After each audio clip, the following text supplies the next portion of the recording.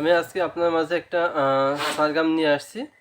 সেটা হচ্ছে যে আপনারা আপনাদের মোটামুটিভাবে কয়েকটা পাল্টা সারগাম করা হয়ে গেলেই বা চলতে থাকলেই আপনাদের অনেক বেশি সমস্যার সম্মুখীন হতে হয়। সেটা হলো মা পা ধা ধা, এই তিনটা নোটে মা পা ধা ধা পা মা।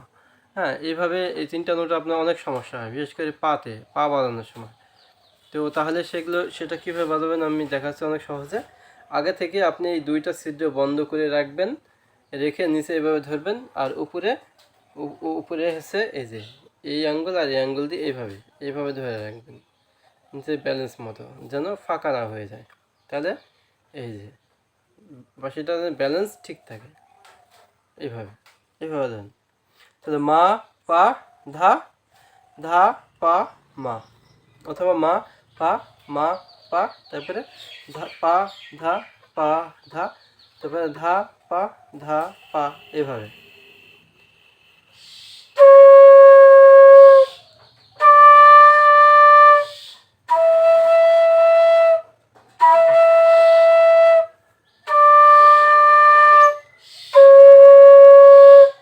না, আপনি যতবার পা বাজাবেন ততবার কিন্তু এই আঙ্গুলটা একটু হালকা উঠিয়ে বাজাবেন, দেখবেন আপনার সুন্দর পা বাজবে।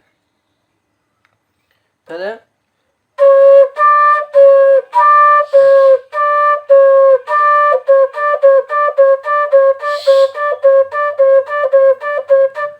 এভাবে অনুসরণ করবেন।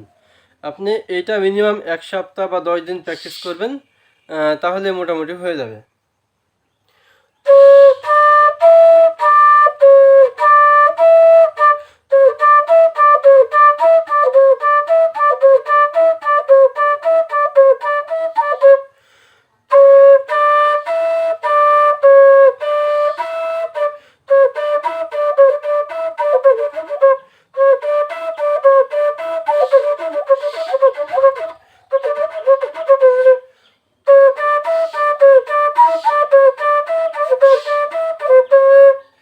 এভাবে অনুসরণ করুন, নিঃসন্দেহে না পারার কিছু নেই। প্রথমে মা পা ধা ধা পা মা, এটা সুন্দর করে আগে লিখে নেবেন, লিখে মুখে মুখস্থ করে এরপরে বাঁশিতে ওঠাবেন, দেখবেন আপনার অনায়াসে চলে আসবে। আমার চ্যানেলটা সাবস্ক্রাইব করুন, লাইক করুন, বেশি বেশি করে শেয়ার করুন, আমি যেন আপনাদের মাঝে আরও নতুন নতুন ভিডিও আনতে পারি। তো যাই হোক ভিউয়ার্স, ভালো থাকবেন। আর আমার কাছে পুরো সেট সহ সব ধরনের বাঁশি আছে, বাংলাদেশের যে কোনো প্রান্তে এবং বিশ্বের যে কোনো প্রান্তে বাঁশি পৌঁছে দেওয়া যাবে।